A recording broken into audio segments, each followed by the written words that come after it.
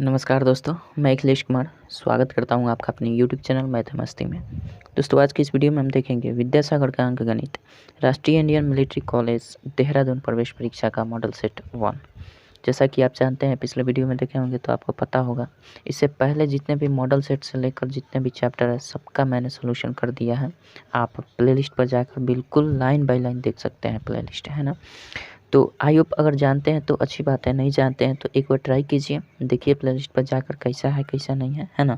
तो आज हम सॉल्व करने वाले हैं राष्ट्रीय इंडियन मिलिट्री कॉलेज देहरादून प्रवेश परीक्षा का मॉडल सेट 1, जो कि आपको पेज नंबर अगर विद्यासागर का अंकगणित आपके पास होगा, और रिक्वेस्ट भी है कि आप अपने पास विद्यासागर का अंकगणित ज़रूर रखिएगा, और उसमें आपको मिलेगा 459 नंबर पेज पर जाइएगा तो आपको ये मॉडल सेट देखने को मिल जाएगा, राष्ट्रीय इंडियन मिलिट्री कॉलेज देहरादून प्रवेश परीक्षा। ठीक है, तो इस पर आकर आप मॉडल सेट 1 भी देख सकते हैं। 459 पेज में भी है मॉडल सेट, 459 पेज में है। साथ ही साथ कहाँ तक गया है बता देते हैं।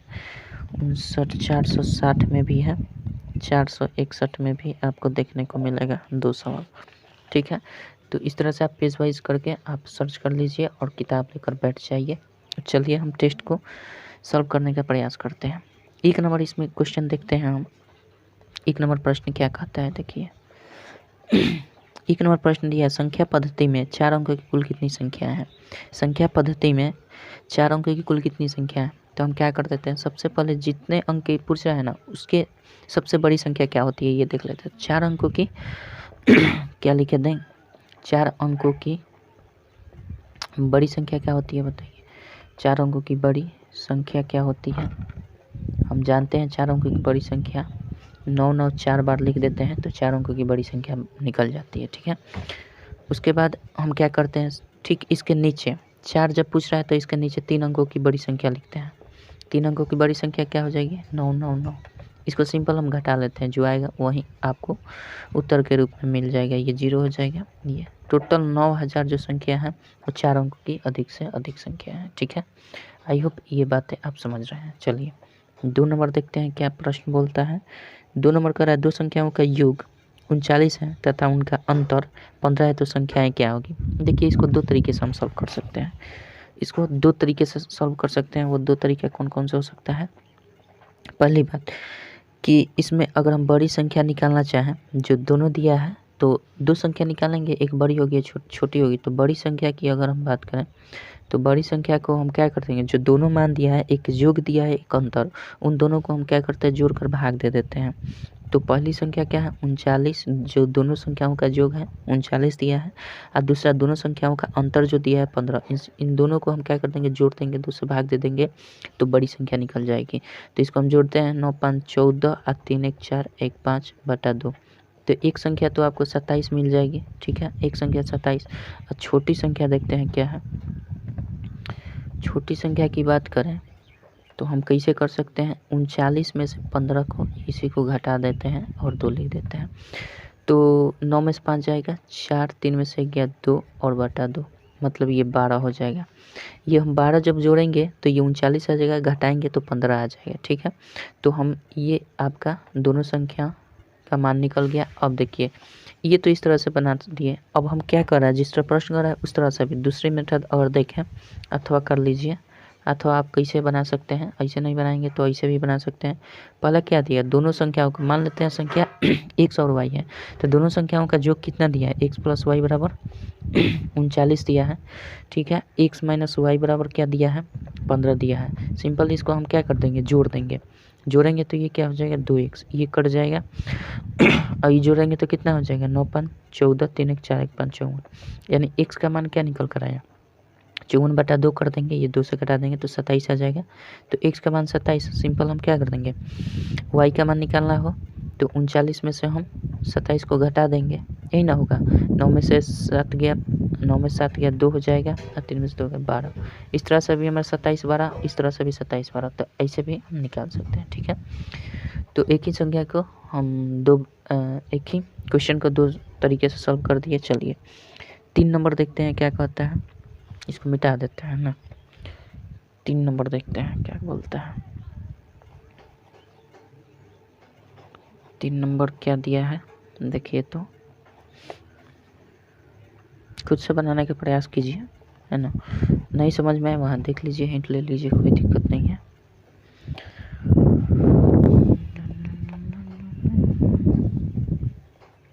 चलिए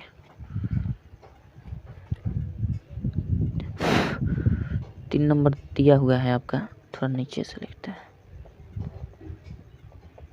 3 नंबर शायद आपको क्वेश्चन भी दिख रहा होगा दोस्तों ऊपर, मैंने प्रयास किया है क्वेश्चन डालने का, तो आपको क्वेश्चन भी दिख रहा होगा।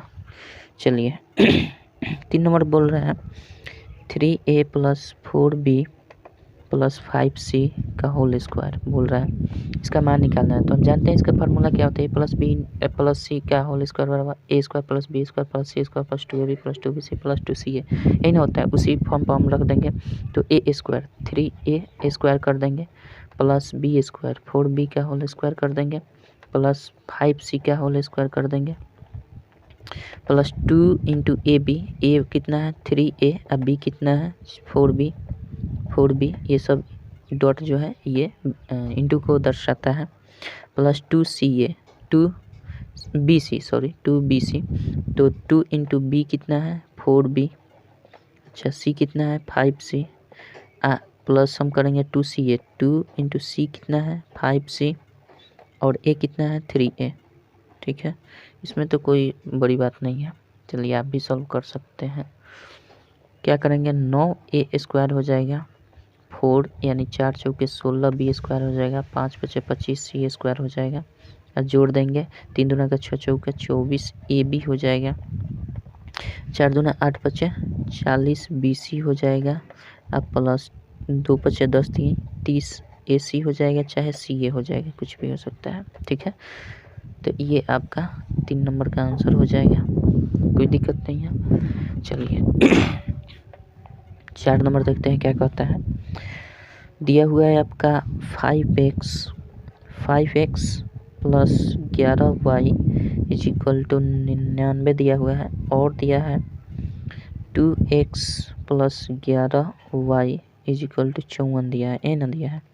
तो x और y का मान ज्ञात करना, तो सिंपल हम क्या कर देंगे, इन दोनों को लेकर घटा देंगे, घटाएंगे तो हमारा चिन्ह चेंज हो जाता है, ये हो जाएगा और ये हमारा क्या हो जाएगा, ये प्लस है तो माइनस हो जाएगा, और ये हम क्या करेंगे इसको भी माइनस कर देंगे, तो हमारा क्या आ जाएगा, घटाइए 9 में से 4 गया 9 में से 4 गया 5, 9 9 में से 5 गया 4। ठीक है, इसको घटाएंगे तो ये तो कट जाएगा, इसको घटाएंगे तो 5 में से 2 जाएगा, तो कितना बचेगा 3x बचेगा ना, तो 3x = 45, तो x बराबर क्या हो जाएगा 45/3 = 15। x का मान कितना निकल गया है 15। अच्छा, जब x का मान 15 होगा तो y का मान कैसे निकाल सकते हैं, y बराबर लिख सकते हैं 99 इस समीकरण से, 99 - 5x बटा क्या कर सकते हैं 11 कर सकते हैं, तो 99 - 5 गुना है, x का मान रख देंगे, x 15 आया है, बटा 11 कर देंगे, 99 ये पहले गुना कर लेते हैं, 99 - 15 × 5 = 75, अब बटा 11 कर देंगे,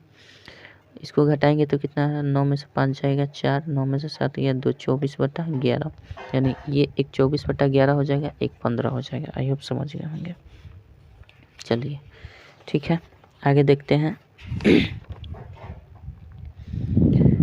आगे आपका 5 नंबर देखते हैं क्या कहता है।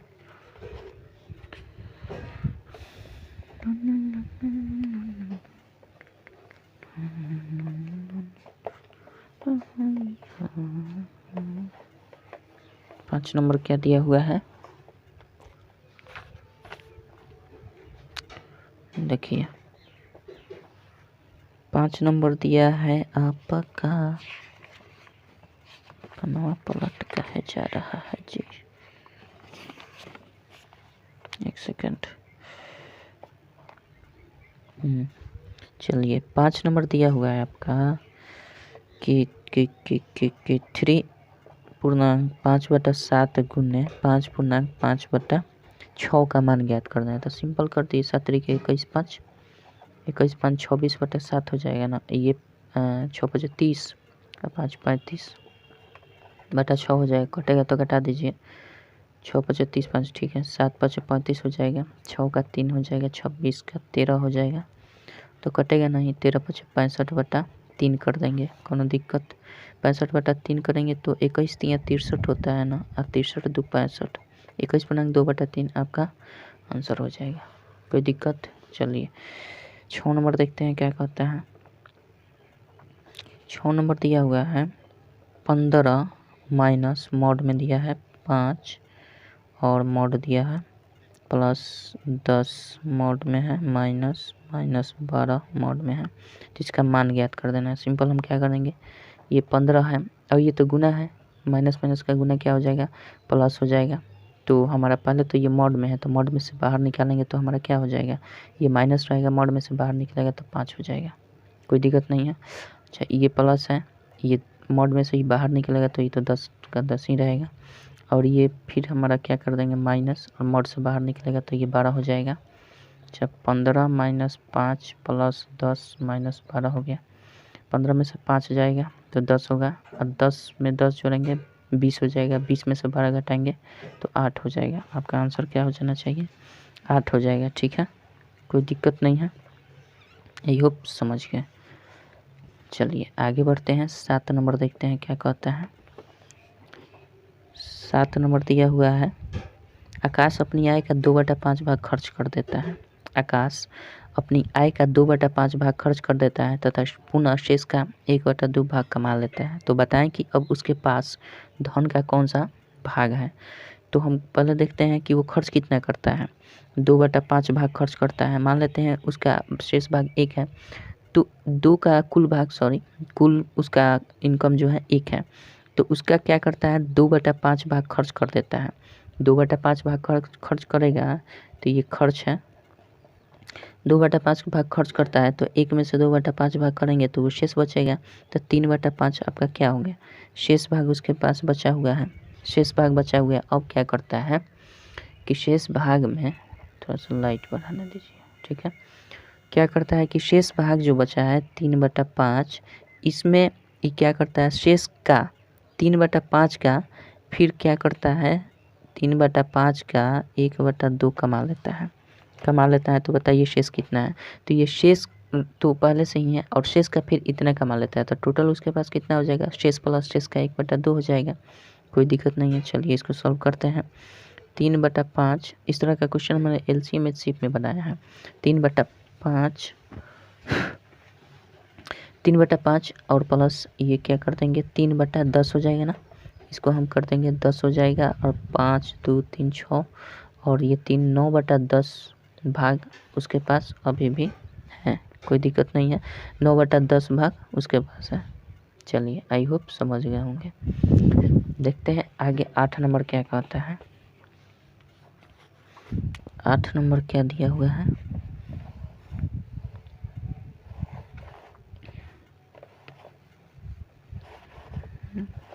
चलिए 8 नंबर देखते हैं।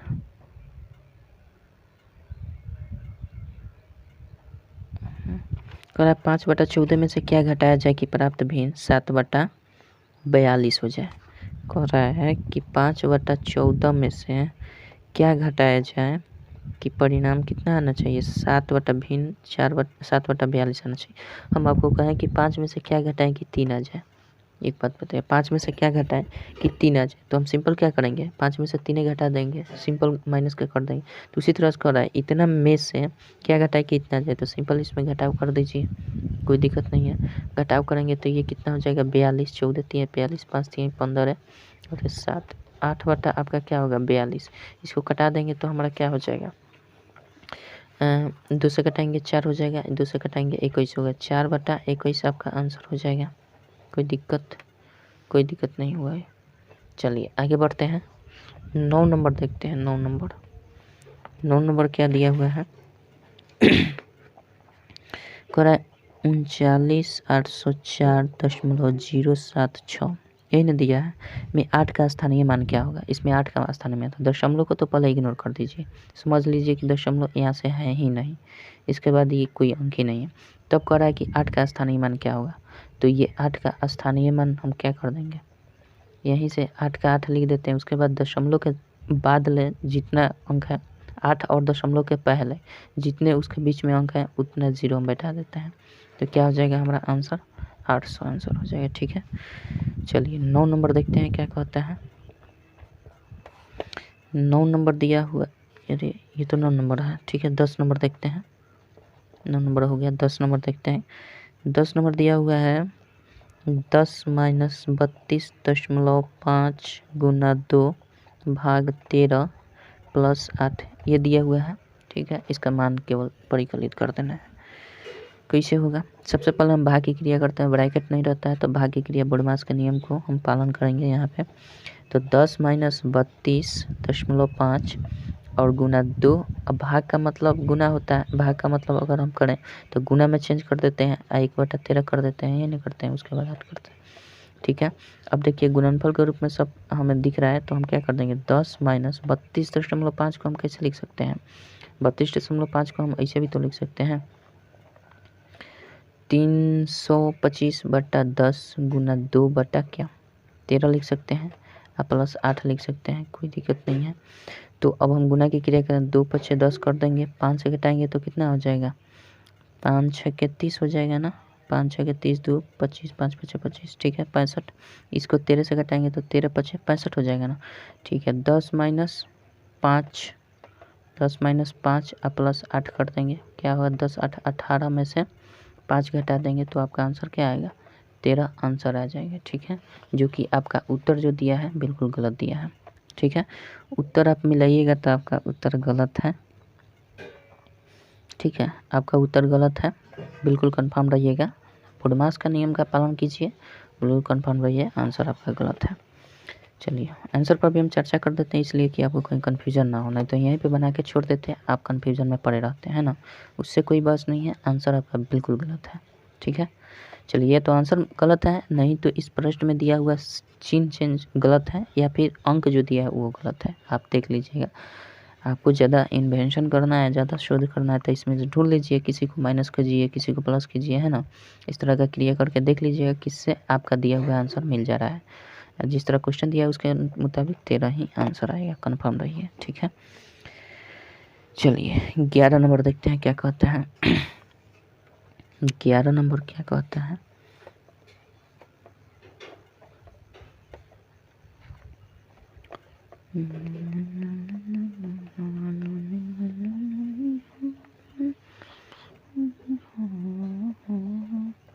तेरह 11 है जी, 11 नंबर क्या बोल रहा है, देखिए कह रहा है 1296 का वर्गमूल निकालना है। तो 1296 का वर्गमूल सिंपल निकालते हैं, भाग विधि से ऐसे कर लीजिए ना। इसको करेंगे हम कितने बार में, 3 बार में जाएगा, अधिकतम 3 3 9 हो जाएगा ना, ये 3 हो जाएगा, फिर 9 6 उतार देते हैं। ठीक है, 3 3 6 हो जाएगा ना, अब कितना बार में जा सकता है, 6 6 36, 6 बार में जा सकता है, 6 6 36 हो जाएगा, 6 6 36, 3 39 कट गया, कितना बार आया बताइए, 3 और 6, तो इसका वर्गमूल कितना हो जाएगा, 36 आ जाएगा, या फिर इसको जोड़ कर आधा कर दिए, 6 6 12, ये इसमें 72 में 2 से भाग कर दीजिए तो भी आपका वहीं उत्तर आएगा, या फिर इसको एक एक लेकर कर देते हैं तो आपका आंसर आ जाएगा कितना, 11 नंबर हो गया। 12 नंबर देखते हैं क्या कहता है। 12 नंबर वो बड़ी सी बड़ी संख्या क्या होगी जिससे 162, 382, 877 को भाग दें तो पूरा पूरा भाग लगने में हर एक हालात में 3 कमी, जब भी कमी कहे ना तो इसमें 3 प्लस कर दीजिए सब में, जब भी 3 की कमी आए तो सब में 3 3 प्लस कर दीजिए। तो पहला दिया है अंक आपका 162, इसमें 3 जोड़ दीजिए, कितना आएगा, 165 आएगा ना, 165 आ जाएगा। अच्छा, एक दिया है 382, इसमें 3 जोड़ दीजिए, कोई दिक्कत, तो 382 और 3 385 हो जाएगा क्या। अच्छा, एक दिया हुआ है आपका 877, 877 में 3 जोड़ देंगे तो हमारा क्या 880 हो जाएगा। सिंपल इन तीनों का HCF ज्ञात कीजिए। HCF तो सबसे जो छोटी संख्या है 165, इससे हम देते हैं कितना में, 385 में पहले कर देते हैं, तो 165 दूना जाएगा क्या, 2 चल जाएगा, 5 दूना 10 देखते हैं, 16 दूना 32, 1 33, ठीक है चला जाएगा, तो 5 हो जाएगा, इस घटाएंगे तो 5 ये कट जाएगा, फिर ऐसे करते हैं 165, अब 5 अब कितने बार में जा सकता है जी, 3 बार में जाएगा, 5 3 15, 5 3 15, 1 16 चला गया, कोई दिक्कत नहीं। तो HCF आपका क्या होगा, HCF 55 हो जाएगा, कोई दिक्कत नहीं है। फिर अच्छा देख लेते हैं, इस 55 से ये भी तो देखना पड़ेगा 880 कटेगा कि नहीं, कोई दिक्कत नहीं है। तो 55 एक कम 55 करते हैं, हालांकि डायरेक्ट हम करते हैं, लेकिन डायरेक्ट अभी थोड़ा करने में दिक्कत होगा, डायरेक्ट ही करते हैं, इसके करीब जाते हैं। तो इसके करीब हम अभी अनुमान नहीं लग रहा है तो भाग लगा लेते हैं। 55 एकम 55 तो जाएगा ही जाएगा, और 5 में से 8 में से 5 गया 3, और ये हमारा ये कितना हो जाएगा 3 हो जाएगा। अब हम उतार देंगे 30। अब कितना मेरा 6 बार में जा सकता है क्या? 6 पचे 30, 6 पचे 30 और 3 33, यानी डायरेक्ट हम करेंगे तो 16 बार में जा सकता है ना। तो डायरेक्ट हम कर देंगे 16 बार में 880 आ जाएगा, कोई दिक्कत नहीं है। तो ये ओवरऑल हमारा क्या HCF यही निकल कर आया, ठीक है, यानी आपका आंसर 55 हो जाएगा। ठीक है, आई होप समझ गए हैं 12 नंबर। अब देखते हैं 13 नंबर क्या कहता है। 13 नंबर क्या दिया हुआ है देखिए तो। भाई साहब तो इधर रहो ना, अंधारा क्यों करता है। एक सेकंड दोस्त, थोड़ा लाइट की प्रॉब्लम हो रही है ना, व्यवस्था लगाते हैं हम आपका। एक सेकंड रुकिएगा, इससे रहो ना भाई। तो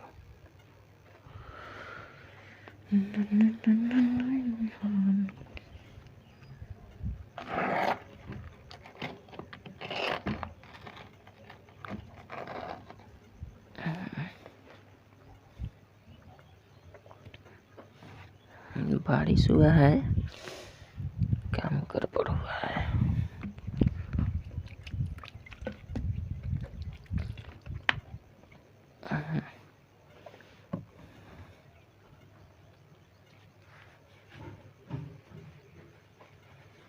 चलिए हम देखते हैं कितना नंबर तक पहुंचे थे। हम पहुंचे थे 12 नंबर हो गया। 13 नंबर देखते हैं क्या कहता है। 13 नंबर देखिए तो, एक सेकंड रुकिएगा दोस्तों, बुरा मत मानिएगा, थोड़ा सा प्रॉब्लम है। बारिश हुआ है तो थोड़ा लाइट का प्रॉब्लम है, बादल घेरा हुआ है और जिसकी वजह से प्रॉब्लम हो रही है। चलिए 13 नंबर देखते हैं। कह दो संख्याओं का लसा 144 है तथा मसा 8 है, एक संख्या 16 है, दूसरी संख्या क्या है। तो हम जानते हैं दो संख्याओं का गुणनफल बराबर क्या होता है। दो संख्याओं का गुणनफल बराबर क्या होता है, लसा गुने मसा होता है। लसा गुने मसा होता है ना। तो हम क्या करते हैं, सिंपल सा लसा गुने मसा। दो संख्या कौन कौन सी है, एक संख्या तो दे दिया गया है, एक 16 है, दूसरी संख्या मान लेते हैं 1 है। और लसा दिया है कितना, लसा 144 है और मसा 8 है। तो दूसरी संख्या क्या है, दूसरी संख्या को हमने x माना है, तो x बराबर क्या लिख सकते हैं, 144 गुने 8 बटा 16 लिख सकते हैं। 16 9 44 और 9 8 72, दूसरी संख्या क्या हो जाएगी 72 हो जाएगी। आई होप आप समझ रहे हैं। चलिए आगे बढ़ते हैं। 14 नंबर देखते हैं क्या कहता है। 14 नंबर क्या कहता है, यहाँ देखते हैं। 14 नंबर दिया हुआ है आपका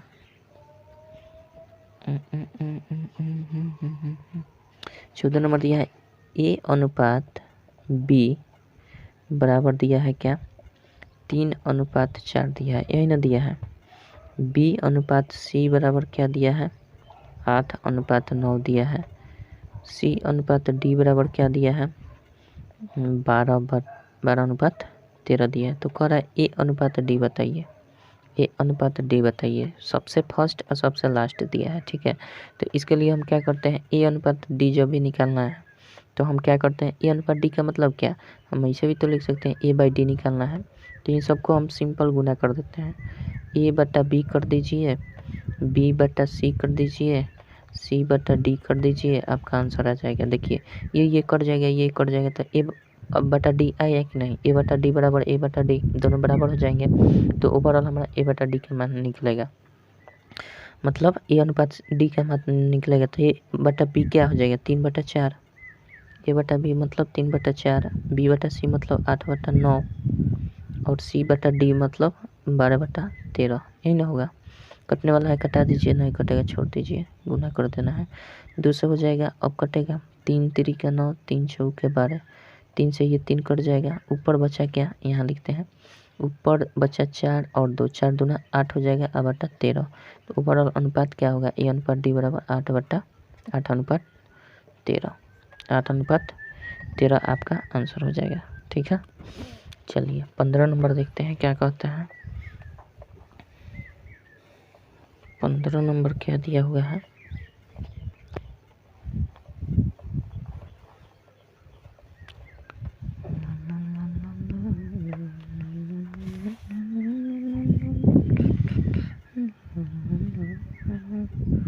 पंद्रह नंबर दिया हुआ है आपका।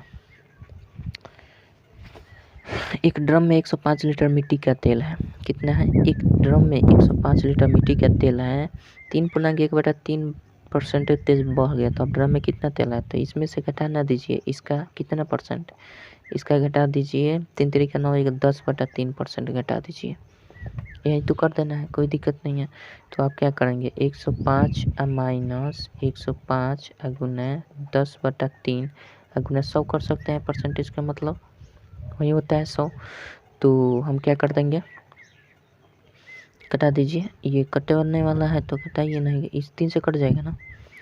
3 3 के 9, 3 5 15, बचा क्या 105 माइनस ये तो कट जाएगा, एक बचा क्या 3.5 बचा, भाग लगाएंगे 3.5 हो जाएगा। तो 105 घटाओ 3.5 निकालिएगा तो क्या हो जाएगा, घटा देते हैं 5 हो जाएगा, यहाँ 0 बैठा लीजिए। तो 5 हो जाएगा, 4 में से 3 गया 1 हो जाएगा, और यहाँ बच्चा आपका 0 और 101.5 लीटर क्या है बचा हुआ है, यानी बहा का कितना 3.5 लीटर बह गया है। तो बचा कितना 101.5 लीटर। ठीक है, चलिए 16 नंबर देखते हैं क्या कहता है। 16 नंबर दिया हुआ है, थोड़ा लाइट कम करने दीजिए। ठीक है, 16 नंबर दिया हुआ है आपका कि एक फल विक्रेता 1 रुपये में 6 नारंगी खरीदता है। कुल कितना नारंगी खरीद रहा है, नारंगी वो कितना खरीद रहा है 6 नारंगी खरीदा, कितने रुपए में, 1 रुपये में। ठीक है, क्वेश्चन देखिएगा, 1 रुपये में खरीद रहा है, लेकिन क्या करता है कि इस 6 नारंगी को 1 रुपये में तो खरीदा है, लेकिन वो क्या करता है कि इसको प्रति दर्जन 2.5 रुपये बेच देता है। तो अगर 2.5 दर्जन के हिसाब से दे रहा है तो इसका मतलब 12 नारंगी का दाम कितना ले रहा है, 12 नारंगी का उस दाम कितना ले रहा है 2.5 रुपया। 12 नारंगी का दाम 2.5 रुपया ले रहा है, उसने 1 रुपये में केवल 6 ही खरीदा है, तो 6 ही तो बेचेगा, 12 तो बेचेगा नहीं। तो 6 का दाम देखते हैं कि कितना निकल कर रहा है। तो 12 नारंगी का दाम जब इतना ले रहा है तो इसलिए 1 नारंगी का दाम कितना लेगा, 2 रुपया 50 पैसा बटा 12 लेगा, यही ना लेगा। इसलिए 6 का दाम कितना लेगा, 6 नारंगी का दाम कितना लेगा, वो 6 नारंगी का दाम 2.50 बटा 12 गुना 6 लेगा, यही लेगा। इसको काट देंगे, 6 दूना 12 हो जाएगा ना। अच्छा, इसको काट देंगे तो हमारा कितना आ जाएगा 1.25, यानी 6 नारंगी को वो कितना में बेच रहा है 1 रुपया, सॉरी आंसर नहीं है, 6 नारंगी को कितने में बेच रहा है, ये विक्रय मूल्य निकल कर आया हमारा। 6 ही नारंगी को 1 रुपया 25 पैसा में बेचा है, और यहाँ 6 ही नारंगी को 1 रुपया में खरीदा है, तो इसे लाभ कितना हो रहा है, सिंपल दिख रहा है 25 पैसा का लाभ हो रहा है। तो हम देख लेंगे, लाभ परसेंटेज ज्ञात करना है, तो लाभ परसेंटेज क्या होता है, विक्रय मूल्य घटा देते हैं 1.25 माइनस 1 घटा देंगे, अब गुना 100 करते हैं, परसेंटेज निकालने के बटा क्रय मूल्य हमेशा नीचे करते हैं, तो क्रय मूल्य ये वाला है, तो क्रय मूल्य 1 रुपया है, तो ये कर देंगे। तो ये क्या 0.25 होगा ना, घटाएंगे 0.25 गुना 100, अब बटा 1 का तो भाग करेंगे तो उतना ही आएगा, छोड़ देते हैं। इसमें क्या कर देते हैं, 00 कर देते हैं, 2500 और 2 अंक के बाद दशमलव देना है यहाँ, तो हम क्या कर देंगे, कुल मिलाकर हमारा 25% उसको लाभ हुआ है। ठीक है, कितना लाभ हुआ है, 25% का लाभ हुआ है। चलिए, आई होप समझ गए होंगे। 17 नंबर देखते हैं क्या कहता है।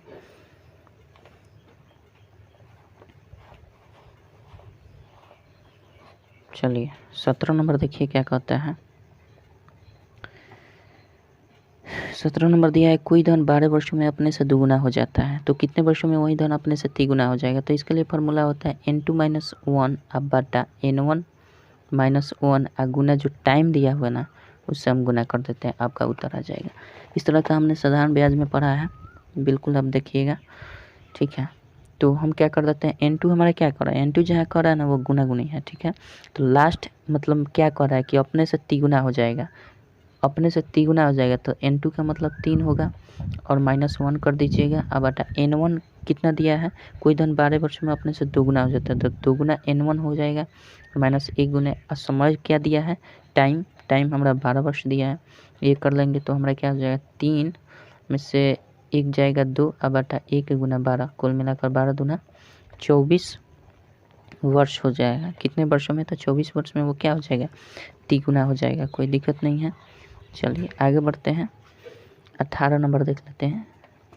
18 नंबर कह रहा है कि ए किसी काम को 6 दिनों में, बी उसे 12 दिन में कर सकता है, यदि दोनों मिलकर कार्य करें तो कितने दिनों में समाप्त कर देंगे। तो सिंपल, ए कितना दिन में कर रहा है बताइए, 6 दिन में, बी कितना दिन में कर रहा है, 12 दिन में।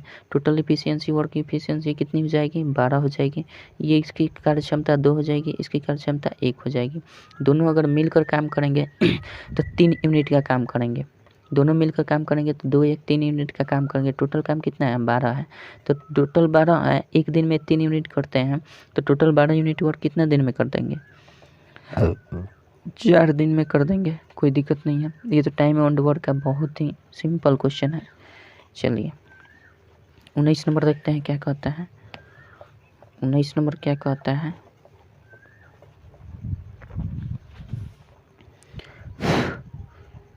उन्नीस नंबर देखिए क्या कहता है। दिया हुआ है आपका 54 किलोमीटर प्रति घंटा की चाल को मीटर प्रति मिनट में बदलना, मिनट प्रति मिनट में, ध्यान रखिएगा, मिनट प्रति सेकंड में नहीं। 54 किलोमीटर है, सॉरी 54 किलोमीटर है, ठीक है। इसको बदल देना है किस में, किलोमीटर प्रति आवर है, इसको बदल देना है हमें मीटर प्रति मिनट में, ठीक है, मीटर प्रति मिनट में बदलना है। तो हम क्या कर देंगे, सबसे पहले ये 54 है ना, 54 को 54 लिखते हैं, इसको मीटर में चेंज करना है, किलोमीटर है तो मीटर में चेंज करने के लिए 1000 से गुना कर देंगे। अब मिनट प्रति मिनट का मतलब क्या है, ये बट्टा में मिनट कहीं होगा, तो इसको 1000 से तो गुना करते हैं। अब मिनट कर रहा है, यहाँ घंटा है तो घंटा में 60 होता है, 1 घंटा में 60 होता है। मिनट में चेंज करने के लिए हम क्या करते हैं, 60, 1 घंटा में 60 मिनट, तो इसको हम मिनट में चेंज करने के लिए 1 से गुना करेंगे ना, चूँकि 60 घंटा में 1 मिनट होता है तो मिनट में कितना हो जाएगा, 60 मिनट ही होगा, कोई दिक्कत नहीं है। तो 1 घंटा में कितना मिनट, 60 मिनट, तो हमारा यहीं तो चेंज करना है, मिनट में करना है। नीचे वाला यूनिट क्या होना चाहिए, मिनट में होना चाहिए। तो देखिए, तो यहाँ घंटा है तो 1 घंटा है, तो 1 घंटा बराबर हम क्या लिखते हैं, 60 मिनट लिख सकते हैं, तो कोई दिक्कत नहीं है। अब हम इसको घटा देंगे, ये कट जाएगा, तो हमारा क्या होगा, 6 9 54, यानी टोटल हमारा क्या होगा, 900 मीटर प्रति मिनट हो जाएगा, 900 मीटर प्रति मिनट हो जाएगा आपका आंसर, कोई दिक्कत नहीं है। आई होप समझ गए होंगे। यहाँ मीटर है, मीटर प्रति मिनट, ठीक है। चलिए यहाँ टोटल ही देखिएगा, ये टोटल हमारा क्या मीटर में निकल गया है, क्योंकि किलोमीटर में था तो टोटल मीटर में निकाल दिए। ये टोटल वर्क हमारा क्या, घंटा, एज का मतलब क्या, 1 घंटा, तो यहाँ 1 घंटा पहले से था, इसको मिनट में चेंज करने के लिए हम क्या कर दिए, 60 से गुना कर दिए, तो वही बात आया, तो ये हमारा मीटर प्रति मिनट आ गया, कोई दिक्कत नहीं। सेकंड में पूछता तो इसको 60 से और गुना कर देते तो ये सेकंड में चेंज हो जाता है। आई होप समझ रहे हैं। चलिए 20 नंबर देखते हैं क्या कहता है। 20 नंबर क्या दिया हुआ है,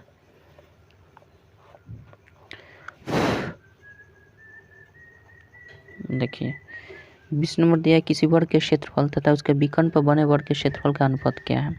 तो हम क्या करते हैं, किसी वर्ग का क्षेत्रफल, वर्ग का क्षेत्रफल क्या होता है, वर्ग का क्षेत्रफल निकाल लेते हैं, और उसके बाद कह रहा है कि अनुपात कह रहा है किसका, वर्ग के विकर्ण का क्षेत्रफल कह रहा है, तो वर्ग का विकर्ण का क्षेत्रफल क्या हो जाएगा, वर्ग का विकर्ण का क्षेत्रफल, वर्ग का विकर्ण का क्षेत्रफल, इसका मतलब वर्ग का क्षेत्रफल बराबर क्या होता है, भुजा स्क्वायर। अगर भुजा हमने x मान लिया तो वर्ग का क्षेत्रफल x स्क्वायर हो जाएगा।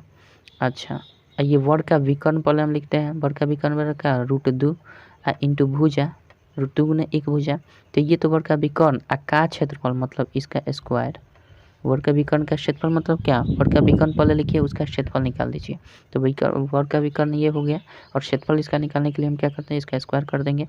कुल मिलाकर एक्स स्क्वायर अनुपात क्या हो जाएगा, 2, ये 2 एक्स स्क्वायर हो जाएगा, ये ना होगा, दोनों तरफ से एक्स स्क्वायर खत्म, तो इधर बचा 1, इधर बचा 2, अनुपात क्या हो जाएगा ओवरऑल 1:2 का अनुपात हो जाएगा। ठीक है, इस तरह का क्वेश्चन एक और पीछे हमने बनाया था, सेम हूबहू क्वेश्चन था, किसी मॉडल सेट में था, आपने देखा होगा तो आपको पता होगा। चलिए 21 नंबर क्या कहता है, मिटा देते हैं। 21 नंबर क्या दिया हुआ है, 21 नंबर दिया हुआ है आपका,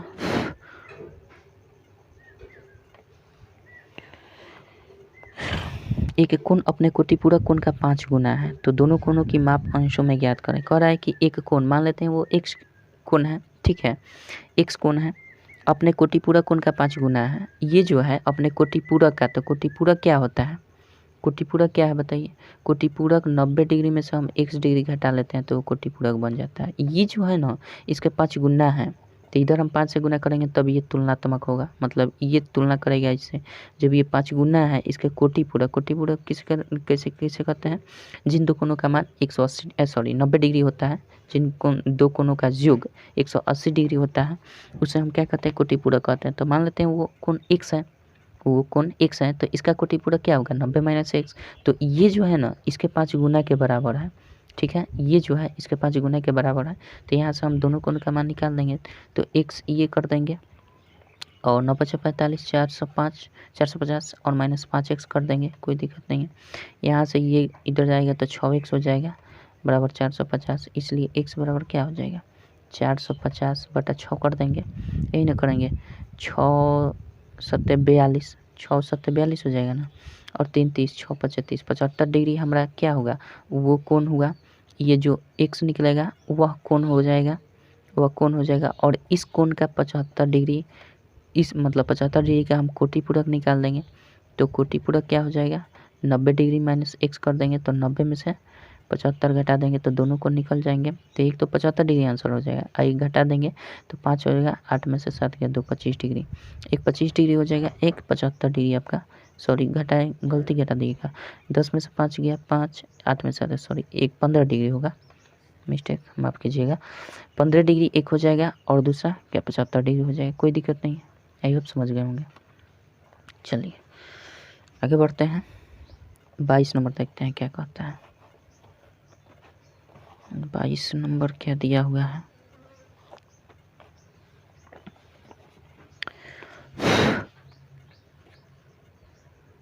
बाईस नंबर देखिए, 22 नंबर आपका क्वेश्चन दिया है, किसी घन की सभी सतहों का कुल क्षेत्रफल 384 वर्ग सेंटीमीटर, तो उसका आयतन ज्ञात करना है। मतलब घन का क्षेत्रफल दिया है, तो घन का क्षेत्रफल क्या होता है 6a², घन का क्षेत्रफल बराबर 6a² का मान कितने दिया है, देखिए 384 दिया है, ये प्रश्न में दिया है।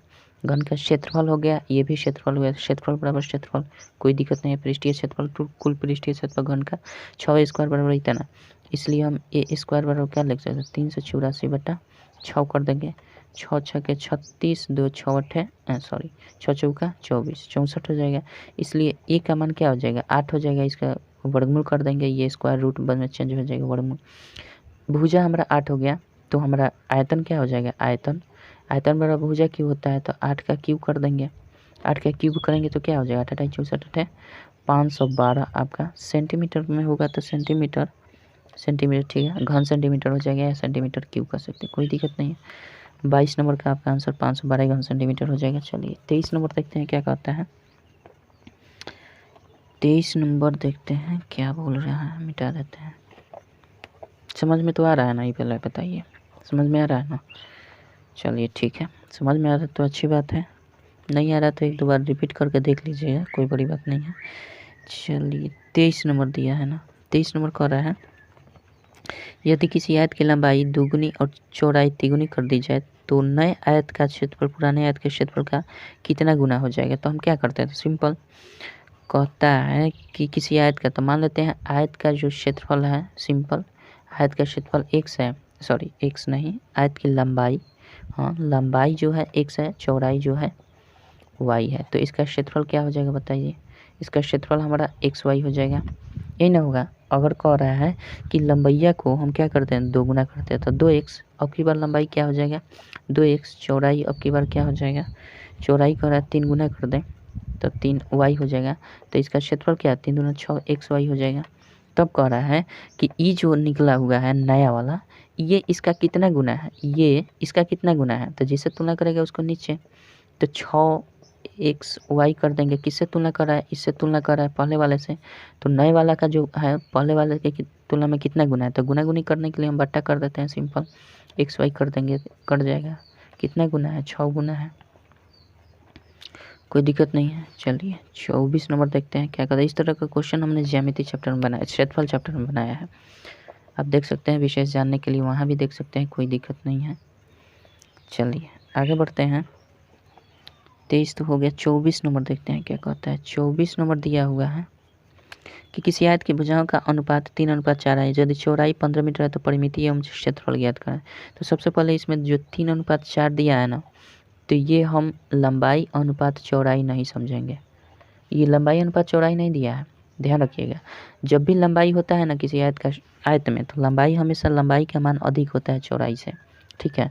तो ये हम देख लेंगे कि अनुपात जो दिया है 3:4, तो इसमें किसको कौन इंडिकेट करता है, तो ये 3 जो है ना, ये चौड़ाई है हमारा। हम ऐसे लंबाई अनुपात चौड़ाई नहीं मान सकते। ये क्या है, चौड़ाई है, ये क्या है, लंबाई है। तो हम ऐसे भी लिख सकते हैं, लंबाई अनुपात चौड़ाई का जो मान दिया हुआ है वो क्या दिया है, लंबाई 4 है और चौड़ाई कितना है, 3 है।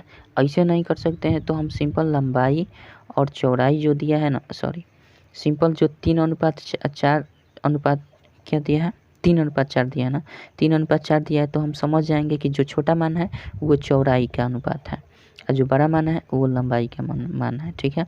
तब कह रहा है कि यदि चौड़ाई 15 मीटर हो, तो चौड़ाई हमारा क्या है, चौड़ाई का रेशियो क्या है, 3 है।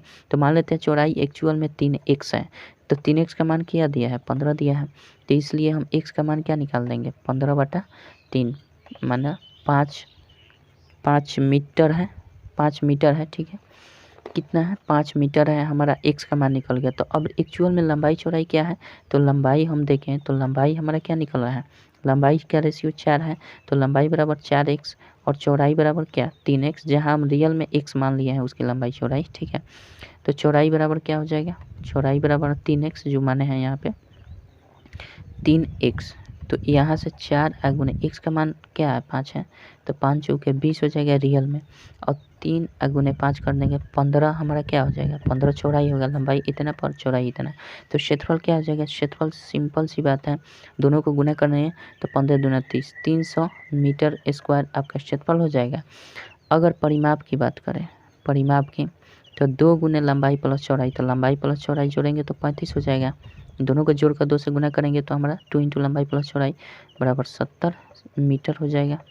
70 मीटर परिमाप हो जाएगा और हमारा क्षेत्रफल कितना हो जाएगा, 300 मीटर स्क्वायर। कोई दिक्कत नहीं, आई होप समझ गए होंगे। चलिए आगे बढ़ते हैं, थोड़ा सा लाइट कम करते हैं, ठीक है। चलिए 24 तो हो गया, मिटा दें। 25 नंबर देखते हैं क्या कहता है।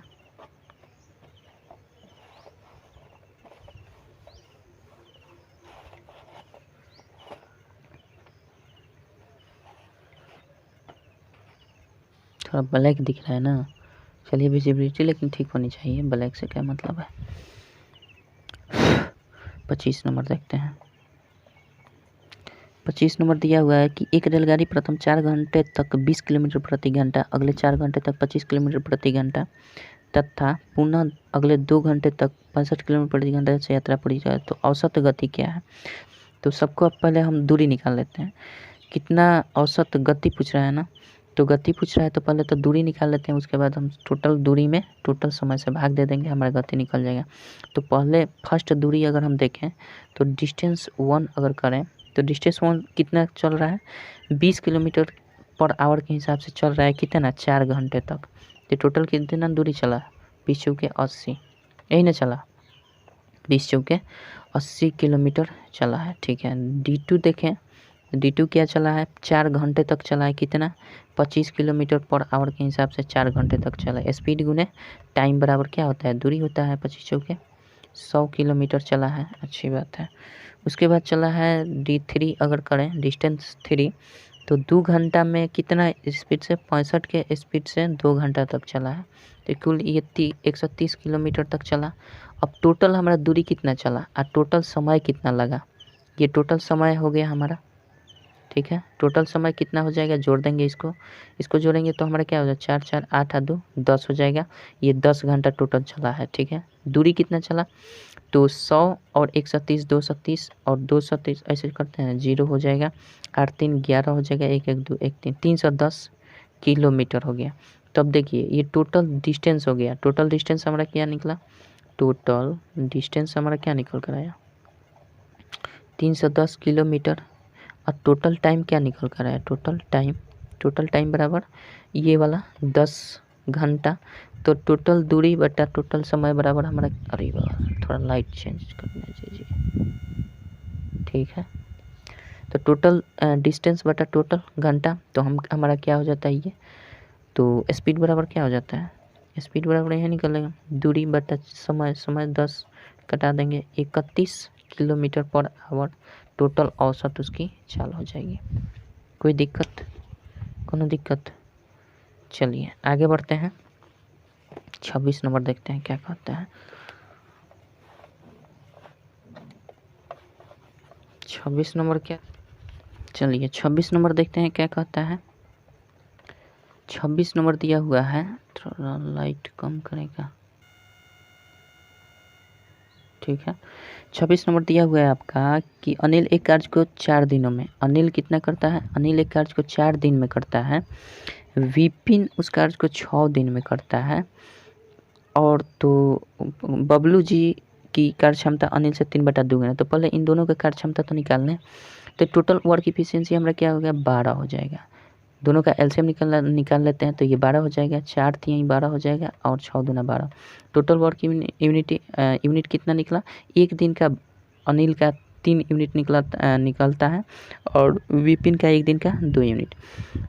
अब कह रहा है कि बबलू का जो कार्य क्षमता है ना, तो इस तरह से अगर हम देखें बबलू का, तो बबलू का एफिशिएंसी क्या हो जाएगा, बबलू का एफिशिएंसी डायरेक्ट तुलना कर रहा है अनिल से, बबलू का एफिशिएंसी कर रहा है कि अनिल का 3/2 गुना है, ठीक है। तो इसकी वर्क एफिशिएंसी कितनी हो जाएगी, 9/2 हो जाएगी। अनिल की 3, विपिन की 2, और हाँ ठीक है, और बबलू की 9/2, ये वर्क एफिशिएंसी होगी। अब कह रहा है कि तीनों मिलकर इस कार्य को करना है। वर्क यूनिट कितना है, 12 वर्क यूनिट किन को करना है, 3 2 और 9/2 को करना है।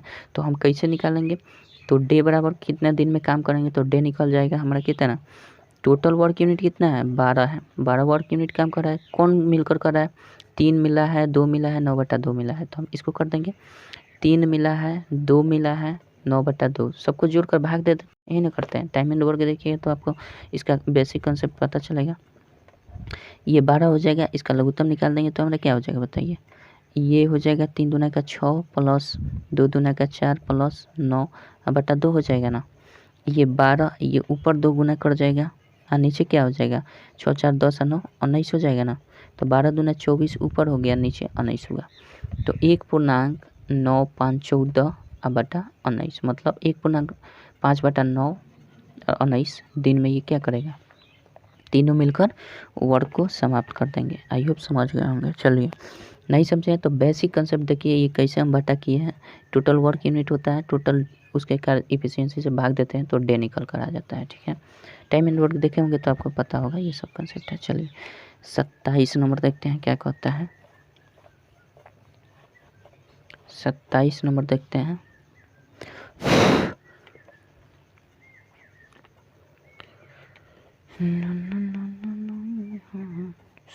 अरे 24 नहीं जी, 27, ठीक है। 27 नंबर क्या कहता है, 1800 रुपये का 3 वर्ष का साधारण ब्याज 1600 रुपये का 3 वर्ष का साधारण ब्याज से 36 रुपये अधिक है, तो वार्षिक ब्याज की दर बताएं। वार्षिक ब्याज की दर बताएं, ब्याज की दर बताना है। तो हमें पता नहीं है दर क्या है, मान लेते हैं दर 1 है, मान लेते हैं दर क्या है 1 है। तो पहला का सिंपल इंटरेस्ट 1800 गुना 3 वर्ष ठीक है। गुना दर मान लेते हैं, रेट को रेट मान लेते हैं, बटा 100।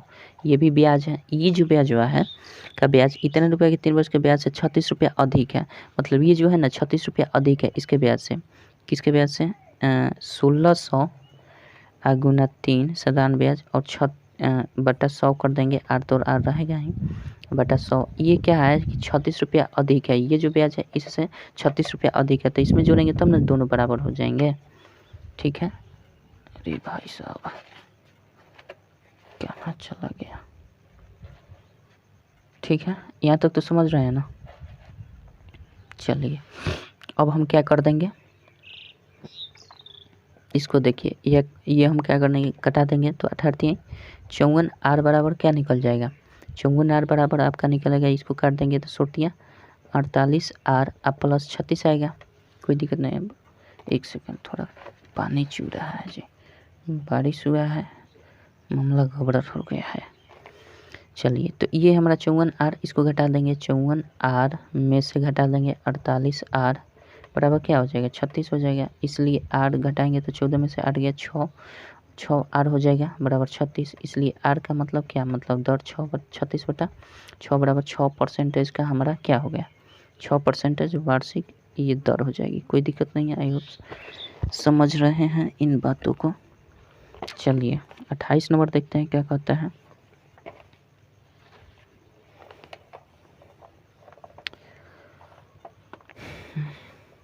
थोड़ा सा तो काला दिख रहा है ना, लाइट की प्रॉब्लम है दोस्त, मौसम सही नहीं ना है। 27 हो गया, 28 देखते हैं। 28 नंबर आपका दिया हुआ है चंद्रदेव अपनी घड़ी को क्या करता है, 12.1/2% की हानि पर हरेंद्र जी से बेच देता है। यदि वो घड़ी को 103.60 रुपये अधिक में बेचता है तो उसे 6% का लाभ होता है घड़ी के क्रय मूल्य। देखिए इस तरह का क्वेश्चन जब भी कहे कि इतना में बेचता है इतना हानि होता है, इतना अधिक रुपये में बेचता है तो उसे इतना का हानि या लाभ होता है, तो इस स्थिति में हम क्या कहते हैं, डायरेक्ट हम फोकस करते हैं किस पर, जो परसेंटेज दिया हो, कितना का लाभ हो रहा है या हानि। जब भी एक स्थिति में लाभ दिया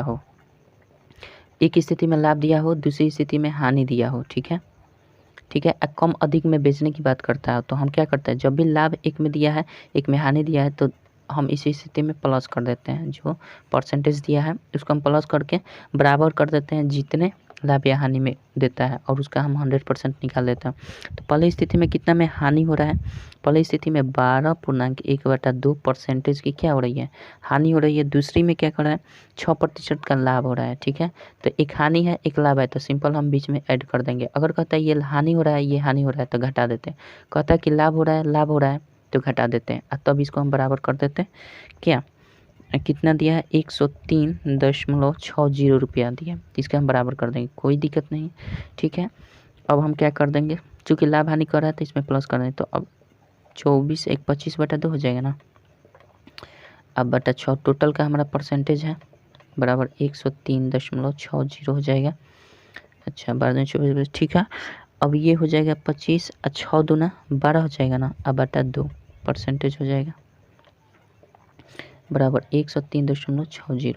अब यहाँ से 100% का मान कैसे निकाल देंगे, 103.60 गुना 2 कर देंगे, और गुना 100 करते हैं 100% निकालने के लिए। अब बटा क्या कर देंगे, ये ऊपर जुड़ जाएगा तो 25 को अब 12 को कितना हो जाएगा, 37 हो जाएगा शायद, यही ना होगा जी, 37, 5 2 7 2 1 3, 37 हो जाएगा, कोई दिक्कत नहीं है। अब हम क्या कर देंगे, इसको अगर बात करें कटाने की तो कितना बार में कट जाएगा, तो 37 से कट रहा है ना, तो एक काम करते हैं, यहाँ जगह का भी अभाव है, यहाँ पे हम लाते हैं। ठीक है, तो ये देखिए हम क्या लिख सकते हैं, 103.6 लिख सकते हैं ना, गुना 2 लिख सकते हैं, गुना 100 लिख सकते हैं। अब बटा क्या कर देंगे, यहाँ नीचे 10 से गुना कर देंगे, किससे, 10 से गुना कर देंगे, चूँकि 103.6 लिखे हैं तो इसके बदला में 10 से गुना करें, अगर 0 भी लेते ना तो यहाँ 100 से गुना करते हैं, कोई दिक्कत नहीं है। यहाँ अब बट्टा में हम क्या कर देंगे, ये तो 37 है तो 37 रहने देते हैं। अब देखिए इसको हम गुना कर देते हैं सिंपल, 6 दूना क्या हो जाएगा, 12 हो जाएगा, 6 दूना 12 और 103 दूना हमारा क्या हो जाएगा, 309 हो जाएगा, 309 9 हो जाएगा। ये इस पर हम क्या डबल जीरो कर देते हैं, 1 अंक के बाद दशमलव दे देंगे। अब बटा क्या कर देते हैं 37 कर देते हैं। ठीक है, तो यहाँ तक तो समझ गए। अब 37 से इसमें भाग कर देंगे जितना बार में कट जाए। 37 से भाग करेंगे तो आपका जानते हैं 560 बार में कट जाएगा। आप कटा कर देख लीजिएगा। अच्छा 37 से हम इसको कटाएंगे तो आपका 500 आपका 60 रुपया आंसर आएगा। आप कटा कर देख लीजिएगा, मैंने कर लिया है, जगह के अभाव में नहीं कर रहा हूँ। आप जिस तरह से भी आपको सुविधा हो आप कटा कर देख लीजिएगा, आपका आंसर बिल्कुल सही आ जाएगा। ठीक है, आपका आंसर बिल्कुल आ जाएगा 560 रुपया। ठीक है, आप आई होप कि आप इसे कर लेंगे। ठीक है, चलिए आगे बढ़ते हैं। बुरा मत मानिएगा दोस्त, इतना जब हम कर रहे हैं तो आप भी तो कर सकते हैं। इतना तो कर सकते हैं आप। इतना भी नहीं कर सकते हैं तो आप बहुत लेजी आदमी हैं। चलिए करके ज़रूर बताइएगा कि क्या वास्तव में आया कि नहीं। ठीक है, ये क्रिया आप कर लीजिएगा। यहाँ से आप जिस तरह आपको मन हो कटा कर लीजिएगा। चलिए 29 नंबर आपका आंसर 560 आ जाएगा, कोई दिक्कत नहीं है। 28 नंबर हो गया। 29 नंबर देखते हैं। हम तो सब सॉल्व करते ही हैं, लेकिन आप लोग को देते नहीं हैं, ये गलत करते हैं। आपको देना चाहिए कि कैलकुलेशन आप कर लीजिए स्वयं से, ताकि आपको भी प्रैक्टिस हो। खैर चलिए 29 नंबर देखते हैं। 29 नंबर क्या कह रहा है, दिया हुआ है कि 11 परिणामों का औसत 40 है। 11 परिणाम का औसत कितना है 40 है, तो टोटल क्या हो जाता है हम गुना कर देते हैं, 440 हो जाएगा। 440 हो जाता है, गुना कर देते हैं। ये औसत दिया हुआ है तो ये 40 हो गया टोटल। यदि कह रहा है प्रथम 6 परिणामों का औसत 44 है, कह रहा है कि प्रथम 6 का औसत कितना है 44 है, तो इसको हम गुना कर देते हैं तो टोटल निकल जाएगा। 6 चौके 24 हो जाएगा, 6 चौके 24 2 26 264 हो जाएगा। फिर कह रहा है अंतिम 6 का औसत कितना दिया है 36 दिया है, तो इसको भी गुना कर देंगे। 6 चौके 36 और 36 18 3 21 216 हो जाएगा। तो छठा परिणाम क्या, दोनों को जोड़ देते हैं, घटा देंगे। 6 4 10 हो जाएगा, 6 1 7 1 8 हो जाएगा और 2 2 4 हो जाएगा। 480 में से हम क्या 440 को घटा दें, 480 में से इसको हम घटा देंगे 440। छठा परिणाम क्या हो जाएगा, सॉरी ये 4 हो जाएगा। छठा परिणाम आपका 40 आ जाएगा, कोई दिक्कत नहीं है। आई होप समझ गए हैं। चलिए छठा परिणाम क्या हो जाएगा आपका 40 हो जाएगा केवल। चलिए 30 नंबर देखते हैं। कह रहा है 30 नंबर रचना करना है ना, 30 नंबर रचना करना है। देखते हैं क्या कहते हैं, रचना भी करेंगे, घबराइए मत, रचना का भी हम हथियार रखे हुए हैं। 30 नंबर क्या दिया हुआ है, 30 नंबर कहता है कि एक समकोण त्रिभुज ABC की रचना करें जिसका आधार BC 10 सेंटीमीटर हो, कोण BAC 90 डिग्री तथा AB 5 सेंटीमीटर होना चाहिए। तो देखिए सबसे पहले जो क्वेश्चन दिया ना, हम इसको इमेजिनेटिंग कर लेते हैं ऐसे ही, उसके बाद रचना करेंगे। ठीक है, इसका शेप जो बनेगा ना, जिसका इसका त्रिभुज जो बनेगा कुछ इस प्रकार से बनेगा। BC हमें क्या कह रहा है कि आधार मानकर चलिएगा। BC कह रहा है कि आधार मान लीजिए, और कोण ये जो होगा ना वहाँ पे 90 डिग्री का एंगल आपको बनाना है। यहाँ पे आपको 90 डिग्री का एंगल बनाना है। कुछ इस प्रकार से फिगर होना चाहिए आपको। यहाँ दिखे कि 90 डिग्री का थोड़ा सा दिक्कत हो रहा है, रचना करेंगे तो बिल्कुल 90 डिग्री का ये बन जाएगा। ठीक है, इसमें कह रहा है कि ये 10 सेंटीमीटर रखना है, ये जो कह रहा है ना 5 सेंटीमीटर रखना है। इसकी क्या, जिसका आधार BC 10 सेंटीमीटर, कोण BAC B यहाँ A है, BAC 90 डिग्री होना चाहिए। ठीक है, तथा AB बराबर 5 सेंटीमीटर, AB बराबर 5 सेंटीमीटर होना चाहिए। तो जाहिर सी बात है कि अगर ये तो बड़ी भुजा है, किसी भी समकोण, ये 90 डिग्री के कोण बना रहा है तो ये समकोण त्रिभुज है ही। तो समकोण त्रिभुज में समकोण बनाने वाली दो भुजाओं के सामने जो भुजा होती है वो कर्ण होती है। और समकोण त्रिभुज के मुताबिक अगर हम सोचें तो ये देखिए ये क्या बन जाएगा हमारा, ये बन जाएगा आधार, ये क्या बनेगा कर्ण, और ये क्या बनेगा लंब बनेगा। इस फिगर को अगर हम ऐसे घुमा देते हैं तो ये क्या हो जाएगा 90 डिग्री यहाँ बना हुआ है ना, तो ये तो कर्ण हो जाएगा, ये 10 चला जाएगा और ये 5 हो जाएगा। तो इसका मान पहले निकाल लेंगे। तो देखिए ये जब 90 डिग्री जब इस भुजा को और इस भुजा को हम इसके मुताबिक निकाल देंगे, अगर हमारा कर्ण दिया हुआ है आधार दिया हुआ है, तो लंब की लंबाई अगर हम निकाल दें तो ऑटोमेटिक ये 90 डिग्री का एंगल बन ही जाएगा। ठीक है, तो यही काम करना है। तो सबसे पहले इसकी रचना के लिए हम क्या करेंगे बताइए। इसकी रचना को हम कुछ इस प्रकार से करते हैं। पहले हमारा अगर इमेजिनेटिंग हमने किया था कुछ इस प्रकार से। अगर फिगर हमारा कैसे था, ऐसे था ना, रुकिए, इस तरह से 90 डिग्री का एंगल बना हुआ था और ये 10 था, ठीक है। ये ए था, ये बी था, ये सी। अगर हम देखें तो ये तो 10 निकल गया, ये 5 निकल गया, तो इस भुजा की लंबाई निकाल दीजिए। इस भुजा की लंबाई कैसे निकालेंगे, यहाँ समकोण बन रहा है तो ये कर्ण हो गया, ये आधार हो गया, तो लंब निकाल दीजिए। तो लंब बराबर क्या हो जाएगा, √10 का स्क्वायर कर्ण का स्क्वायर माइनस आधार का स्क्वायर, सॉरी कर्ण का स्क्वायर, हाँ आधार का स्क्वायर। आधार कितना है, 5 हो जाएगा। इस एंगल के अनुसार आधार ये हो जाएगा, लेकिन शेप के अनुसार जिस तरह प्रश्न में दिया है उसके अनुसार BC हमारा आधार है। जिस तल पर, जिस पृष्ठ पर कोई भी वस्तु खड़ी रहती है उसे ही हम आधार बोलते हैं। तो ये त्रिभुज देखिए तो किस पर खड़ी है, BC पर खड़ी है। तो इस तरह से हम क्या करेंगे, पहले इसकी हम कल्पना कर लेते हैं, इस भुजा की। तो AC की अगर कल्पना करें, लंब या कहें या AC कहें, तो हमारा 10 था, हमें 100 और माइनस 5 × 25 हो जाएगा ना। तो ये क्या हो जाएगा, 75 हो जाएगा। √75 का वर्गमूल हो जाएगा आपका 8.66 लगभग आएगा, ठीक है। ये आपका वर्गमूल निकल जाएगा। तो कुल मिलाकर हम जो AC रखेंगे वो कितना रखेंगे, 8.66 रखेंगे या 8.6 रखेंगे, तो ऑटोमेटिक ये जो कोण A है ना, 90 डिग्री का एंगल बन जाएगा। तो आइए अब हम कल्पना करते हैं, इसको यहाँ से हम बनाने का प्रयास करते हैं। चलिए 10 सेंटीमीटर हमें BC रखना है ना, तो हम क्या करेंगे, स्केल के माध्यम से 10 सेंटीमीटर हम यहाँ माप लेते हैं। यहाँ से यहाँ हो गया, थोड़ा देखिए स्लैंटिंग हो गया। 10 सेंटीमीटर यहाँ से हम लेकर और यहाँ तक खींच दे रहे हैं। ये हमारा 10 सेंटीमीटर का रेखाखंड हो गया। इसका नाम हमने क्या दे दिया है, B और C, ठीक है। इसका नाम हमने B और C दे दिया यहाँ पे। अब कह रहा है कि AB जो रखना है वो आपको 5 सेंटीमीटर रखना है। तो A कहीं इधर होगा, ये इधर होगा, तो हम क्या करेंगे, अभी तो पता नहीं है कहाँ से कहाँ हम खींच दें, यहाँ से यहाँ खींचे कि यहाँ से यहाँ खींचे, पता नहीं है। तो सिंपल हम क्या करते हैं, 5 सेंटीमीटर का चाप माप लेते हैं। 5 सेंटीमीटर का चाप माप लेते हैं। BC को आधार मानकर, BC को यहाँ पे प्रकार के नोक को रखकर इधर हम कहीं काट लेते हैं, ठीक है। चाप काट लेते हैं ताकि हमें पता चले। अब देखिए ये जो निकलेगा यहाँ से यहाँ कहीं भी मिलाएंगे तो वो 5 सेंटीमीटर आना चाहिए, ठीक है। तो 5 सेंटीमीटर कब आ जाएगा, जब आपका सभी भुजाओं का कैलकुलेशन अच्छे ढंग से हुआ होगा तब।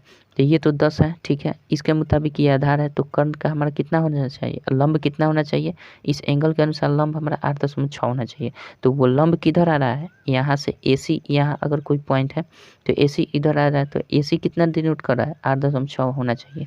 तो हम क्या करेंगे, 8.6 का चाप लेकर हम काटेंगे C को आधार मानकर। तो पहले 8.6 हम ले लेते हैं, यहाँ पे आपका चाप ले लिए 8.6 का, थोड़ा सा ज़्यादा हो रहा है, देखिए ये 8.6 का बिल्कुल ले लिए हैं। इस पर प्रकार के नोक को रख देंगे और यहाँ से एक काट देंगे, थोड़ा सा फिसलन हो रहा है, ठीक है, बिल्कुल सही है। अब हम इसको मिलाएंगे ना तो ये ऑटोमेटिक 5 हो जाएगा, ये मिलाएंगे तो ऑटोमेटिक 8.6 हो जाएगा। और जो यहाँ पे एंगल कोण A बनेगा वो ऑटोमेटिक आपका क्या 90 डिग्री का एंगल बन जाएगा। तो देखिए हम यहाँ पे मिला देते हैं, इस पॉइंट को इससे मिला देते हैं और फिर इस पॉइंट को हम क्या करेंगे, इससे मिला देते हैं, ठीक है। इस पॉइंट को इससे मिला देते हैं। अब ये जो एंगल बनेगा ना, आप चांद से माप कर देखिएगा, बिल्कुल 90 डिग्री का बनेगा। और ये जो है 10 सेंटीमीटर तो है ही, इसमें कोई दिक्कत नहीं है। ये 5 सेंटीमीटर दिया था तो बिल्कुल आएगा ही 5 सेंटीमीटर। अंदाज पर हम नहीं खींच सकते थे, लेकिन इसको माप लेते हैं। ये देखिए ये बिल्कुल 5 सेंटीमीटर का आया है, आप देख सकते हैं बिल्कुल 5 सेंटीमीटर का आया है। इसकी माप 10 सेंटीमीटर का बिल्कुल है ही। ये 90 डिग्री का है कि नहीं एंगल, ये भी देख लेना चाहिए। ये भुजा तो हमारा आधार बना था कि 90 डिग्री कोण हम बना दें। तो इसको हम क्या करेंगे, माप लेते हैं क्या हो रहा है कि नहीं है। ये देखिए बिल्कुल 90 डिग्री का एंगल बना रहा है आपका, बिल्कुल ये 90 डिग्री का एंगल बना रहा है, आप देख सकते हैं, ठीक है। तो इस हिसाब से हमारा इस की रचना हो जाएगी। और इसकी कोई ये नहीं है कि मतलब 8.66 ही लेना है। ये हमारा आधार बनता है किसके लिए, ये 90 डिग्री का एंगल बिल्कुल हो, इसलिए हमने इस भुजा को ज्ञात किया। क्योंकि हम जानते हैं कि कर्ण का स्क्वायर बराबर क्या होता है, लंब का स्क्वायर जो आधार का स्क्वायर। मतलब ये हमारा समकोण प्रॉपर्टीज होता है, समकोण त्रिभुज के प्रॉपर्टी। तो समकोण त्रिभुज के प्रॉपर्टी के अनुसार हमें ये करना जरूरी था, ठीक है। चलिए आई होप समझ गए होंगे। और तो मिलेंगे अगले वीडियो में फिर मॉडल सेट 2 से। तब तक के लिए जय हिंद, जय भारत।